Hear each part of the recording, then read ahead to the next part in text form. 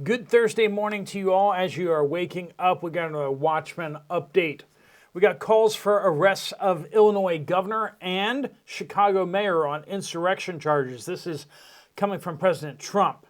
We got Hamas and Israel agreeing on the Trump Phase 1 peace plan, which is going to release all hostages in Phase 1. We got a lot to talk about with there. We got gold just brushing past 4,000. And the German police get authorized to shoot. Central Asia is now meeting with Russia to boost Russia's economic power. We got low-income food assistance for Americans will now be coming from tariffs. That's right, tariff on foreign goods. And good news, the military is being paid. We got that and a whole lot more. Let's get into it. Welcome to the Poplar Report. I'm Steve Poplar. I'm an accountant by trade. And these are your updates that you guys are sending in.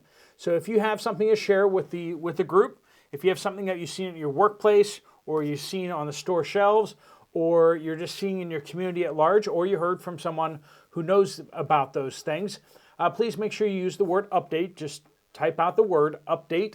And if you do updates, that's fine too. As long as you have update in there somewhere, it gets it to the right place. We do want to thank our sponsor, Genesis Gold Group. They've been a sponsor of this channel for a very, very long time. They believe in what we're doing here. They believe in what we're all about.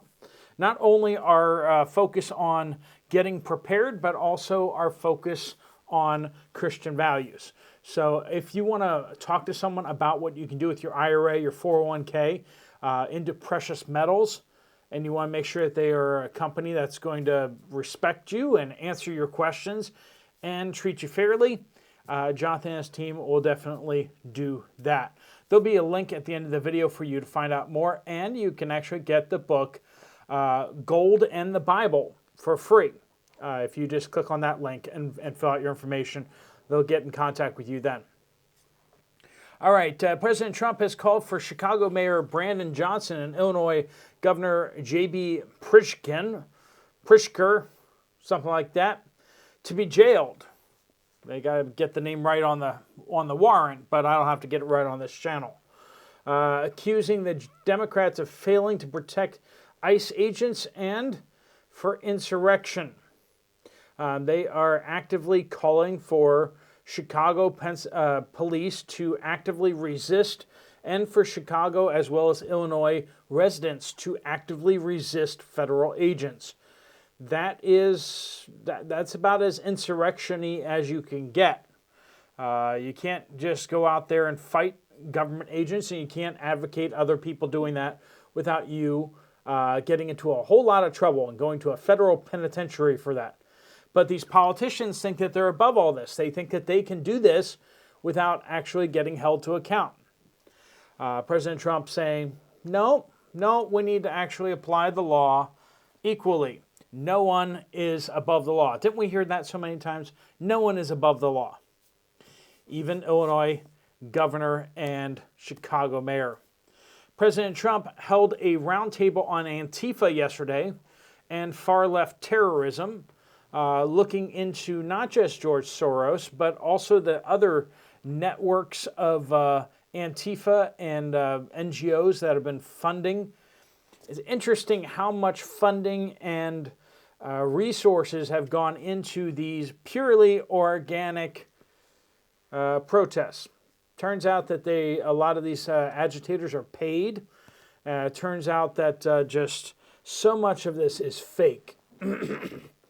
All right, the White House has announced, and this is a genius move, isn't it? The White House has announced that they will use tariff income from foreign goods coming in to fund low-income food aid. Now, this is just during the shutdown. The idea is we don't want WIC, women, infant, children, funding to dry up. So the idea is to use tariff money to fund that. And you got to feel for the Dems. You got to feel for them because they are not liking that at all. They want to blame. They want all the money to run out so that they can then blame the Trump administration for doing that. but in fact, he's going to fund it from the tariffs, the very thing that they hate in the first place. Basically, it's not that they hate any of these things, it's they hate Trump. I mean, really, when you get down to it, you look at Democrats have been for tariffs in the past, but when Trump does it, suddenly it's like tariffs are the stupidest idea that could ever have been floated, right? Previously, you would have heard Democrats saying, well, absolutely funding the women, infant children, assistance program is paramount. We should do that no matter what. Doesn't matter if there's a shutdown or not. We need to make sure that stays funded. And now they're going to be out there saying he shouldn't have done that. President Trump has announced that Hamas and Israel have agreed to his historic Phase 1 of the Trump peace deal, or the 20-point deal. There's 20 points in there, and some of them are like, this country won't insult the other country, and President Trump actually gave a security guarantee to Qatar. That was a part of this 20-point deal, and said basically that if anyone tries to attack Qatar in the future, that the United States will defend it, such as if Israel came in and tried doing another airstrike on it. This 20-point deal and Phase 1 of this deal, I believe there's 3 phases, or at least there's 3 phases of pullback. Israeli troops will pull back in Gaza a little ways. They won't pull all the way out of Gaza, but they'll pull back a little bit. All 48 of the hostages will be released.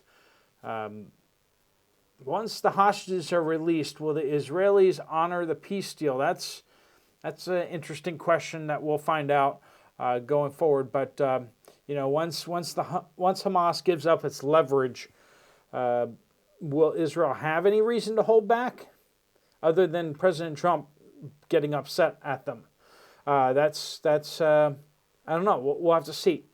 But President Trump thinks that this is a big move forward, and this is the way to do it. And let's just say it this way: nobody else has done anything. Nobody else in the entire world has been able to even get close to a peace deal like this. So this is the best shot of hope in the region, and it's a major, monumental, historic event.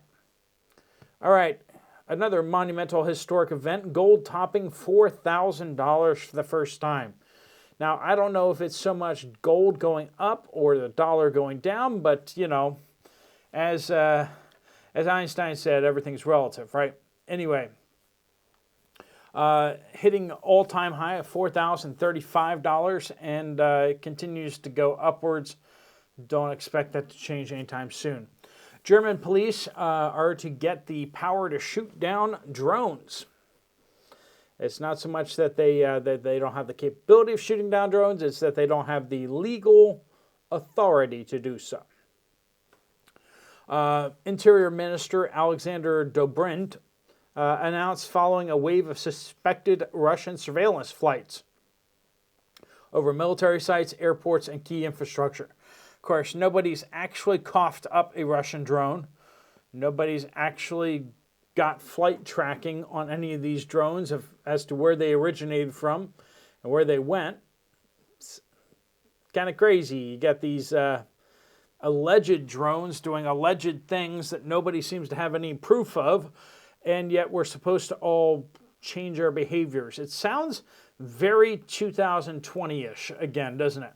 Where you have the science is settled and no evidence whatsoever, but hey, make sure you social distance 6 feet because some random bureaucrat somewhere came up with 6 feet would be a good idea because it's better than 5. And 7 might just be too much. Yeah, seriously. Follow the science. Well, friends, go ahead, crack open some reports and follow that science and tell me exactly where that leads, other than, as they admit, a bunch of random bureaucrats just thought it would be a cool idea. Masks, social distancing, plexiglass shields. Seriously. All right, President Putin is to visit Central Asia specifically Tajikistan, to push Russian influence into Central Asia even further. They're going to have a second such summit since the fall of the Soviet Union, so it's kind of a big deal. And this is to get Kyrgyzstan, Kazakhstan, Uzbekistan, Tajikistan, all the stans on board with being part of Russia. Now, Russia is jockeying Europe and China for this influence. You know, which way are they going to pivot? Are they going to pivot to be in Russia's sphere? Most of them have all used to be part of the Soviet Union. Or are they going to try pivoting towards the new dragon that's rising over in the east of China? Or are they going to try to pivot towards the old world and go with Europe? It's an interesting question. Now, Russian SPFS finance system continues to grow. Over 25 countries have joined this SWIFT alternative where countries can move money around without actually going through Europe or going through the United States. Now, the United States doesn't directly control SWIFT, but it kind of does. All right, get into your reports here. Northern Nancy says, Milwaukee, Wisconsin. We were not able to stock up on beef because of our economic situation. Now at Aldi, ground beef is $28 for a 5.5-pound chub. That is absolute the limit of our budget. Bought chicken leg quarters for $1.19 a pound. Glad I found 2 new chicken recipes. 2 canned veggies are, this is a second item here. Canned veggies are extremely low. No carrots for 2 weeks. No yellow mustard, no chicken lunch meat. That was October 7th that they were at the store. Madam K says, Northeast Wisconsin, the call came in last Thursday that the pigs had gone to the butchers. My daughter and I are splitting a pig. We also have a half of a cow on order. I have 5 packs of hamburger, 2 roasts, and a large corned beef left from last year's cow. I paid $2.29 plus 80 cents a pound for processing. That's $3.09 a pound for hamburger, steaks, and roasts, as well as stew meat. Go try find any beef at the store for that price, and the meat actually looks like meat. And that's why we do suggest, friends, if you have a family at all, if you eat a fair bit of beef, really seriously think about getting a quarter of a cow or a half of a cow directly from a farmer, because one, it helps the farmers out better, and believe me, you'll get a whole lot better of meat. You won't get all that water in there. And then on top of that, you're also going to find some more attractive prices than buying it in little pieces from the store. You lose all that middleman markup as well. Ames says, from the Rockingham, New Hampshire, you can get Ezekiel bread from the frozen food area. My family started eating Ezekiel bread, and we don't get any of the same stomach aches that we did from shelf bread. Ezekiel bread is a healthy thing out there for you to get into if you want to.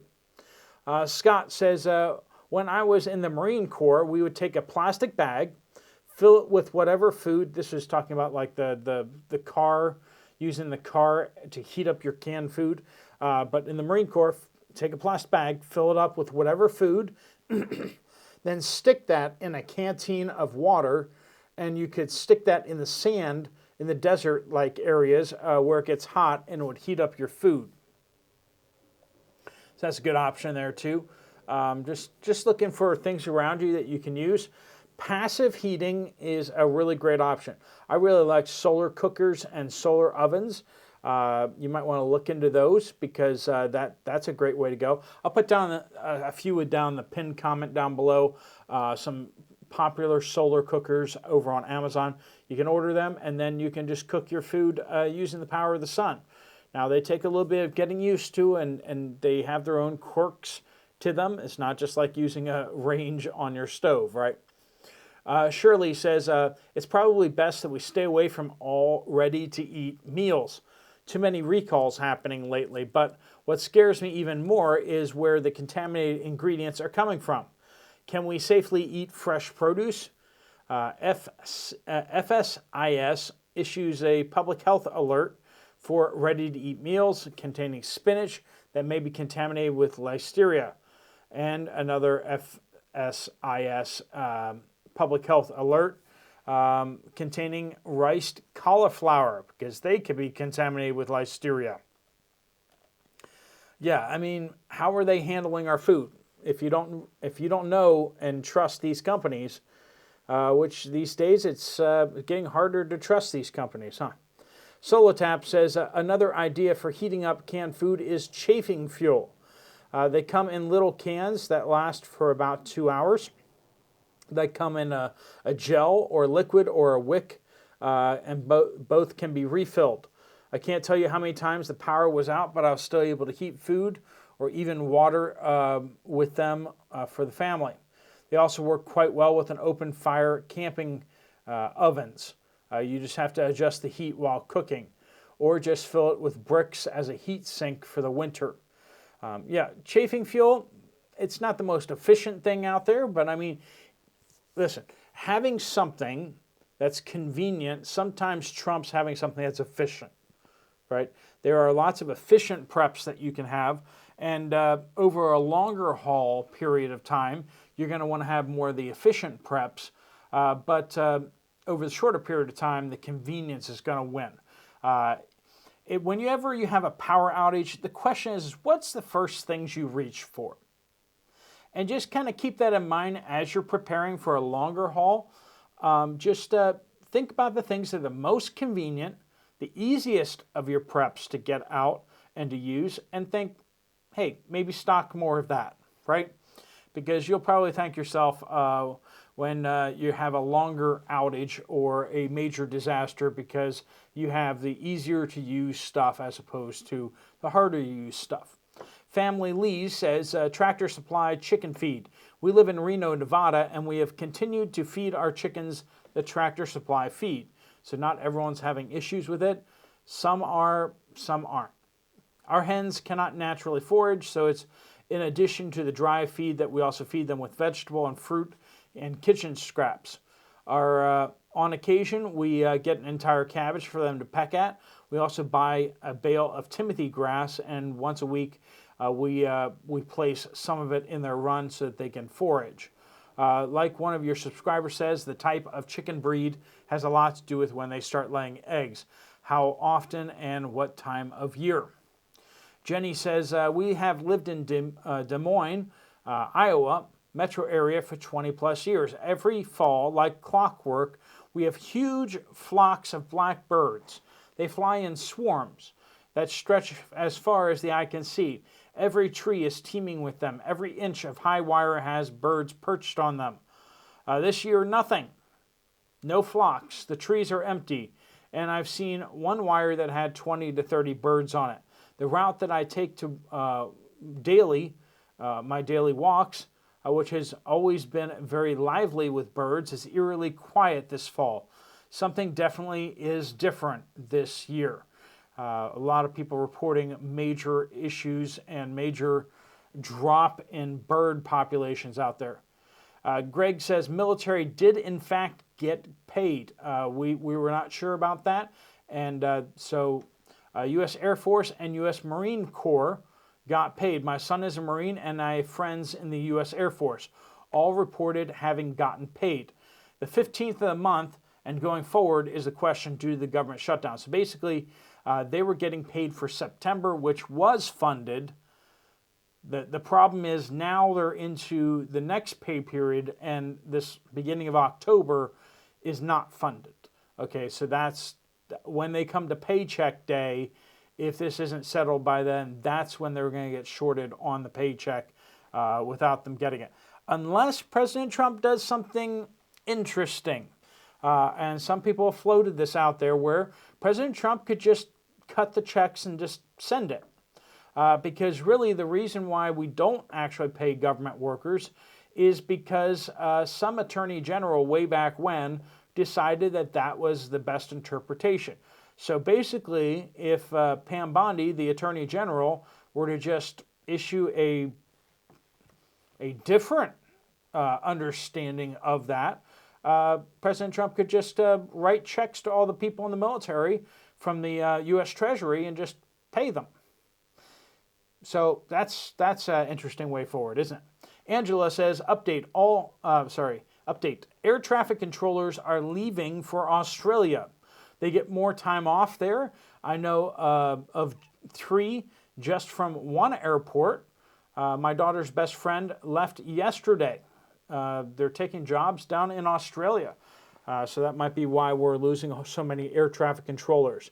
All right, friends, thanks so much for joining with us. If you want to get some more information from Genesis Gold about what you can do with your retirement account, there's a link right there. If you want to check out another video from this channel, there's one right up there. I'll see you over there, or I'll see you guys later. Steve Poplar of the Poplar Report.